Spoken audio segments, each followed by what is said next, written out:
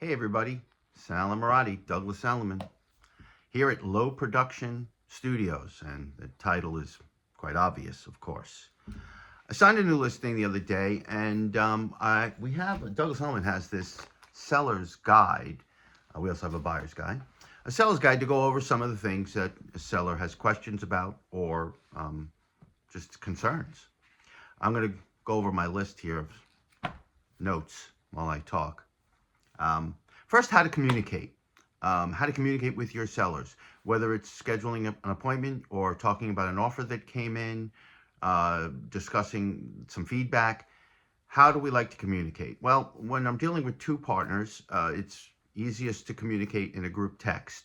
That way they both get the information at the same time, and they can either respond. Now, I'll ask them, do I wait for one to respond, say confirming a showing, or do I need both?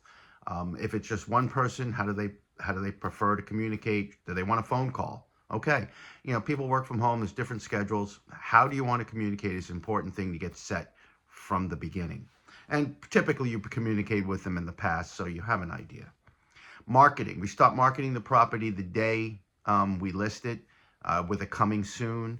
We can go over the coming soon situation later on. It's a 2-week process that gets your address out there on MLS with one photo, and the owners get a chance to start preparing, getting ready for showings and photography. Timing, price, timing, and convenience, they're all kind of connected.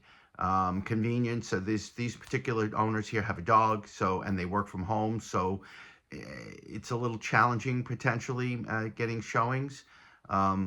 Timing, different people have different situations. Some people already own a second house. Some people plan on renting.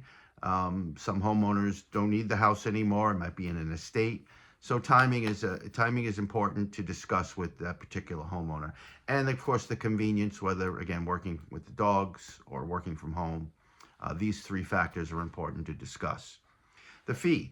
Their attorney told them they only have to pay a fee to their listing agent. And yes, that is true.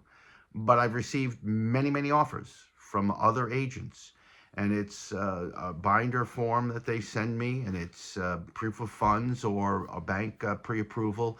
And it lists the buyer's name, it lists the seller's name, and then it lists line 1A is this line includes a blank percentage for a buyer broker. Agents aren't working for free. So yes, there'll be a fee for your buyer's request. Pricing, we talked about that. Preparing the house, staging. These owners did a great job. A little touch-up paint. It's still summertime, and outdoor space is important to clean that up. Decluttering, depersonalizing. As I tell people, the day my photographer shows up, your house has never and will never look that good again. And it's important. What you put online stays forever. Promoting and open houses. Well, listen, we had this listing just the other day. I had photography yesterday. I got some photos today. I leaked 2 or 3, 4 or 5 photos out today. It's a Wednesday. Thursday, I'll leak a few more photos out. Move things around. Friday, I'll put all the photos out, and it's going live. And we're scheduling an open house on Sunday from 12 to 2. Typically show up early, leave late. Owners need to know that. Presenting offers. How do we present offers? How does the owner want to present offers? And this, again, depends on timing a lot. We're seeing a lot of this, open house Friday, Saturday, Sunday, best and final by Monday at noon. Wait a minute, slow down. If an owner needs this to get into contract very quickly and it's priced low or right, and you just need to have that offer, great. But is it to the owner's best interest? And again, convenience, price, timing, all these things work into the offers that you expect. Closing costs. These particular owners asked me about what the seller's closing cost is. And there are 4 kind of closing costs that are involved in what a seller might have to pay. One is the fees, the real estate attorney fees, real estate fees from both buyer and listing agent, attorney fees.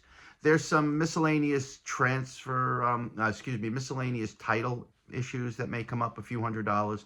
And then there's the New York State transfer tax, which is 0.04% of the sale price, or $4 per thousand. and it's kind of a sales tax.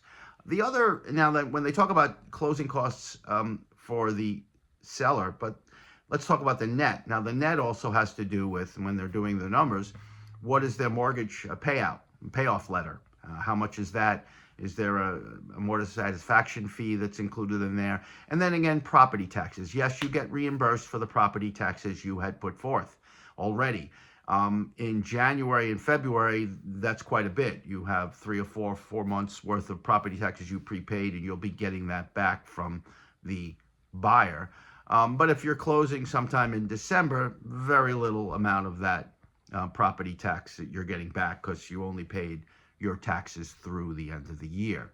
And with taxes in Long Island 2025, I mean, in closing in January, there's a terrific amount of taxes you're going to get back. So the net is different than just the costs. So these are seller's closing costs. If you'd like a copy of the book or you have any questions, please give me a call. Sal Ammirati here at Low Production Video Studios, signing out.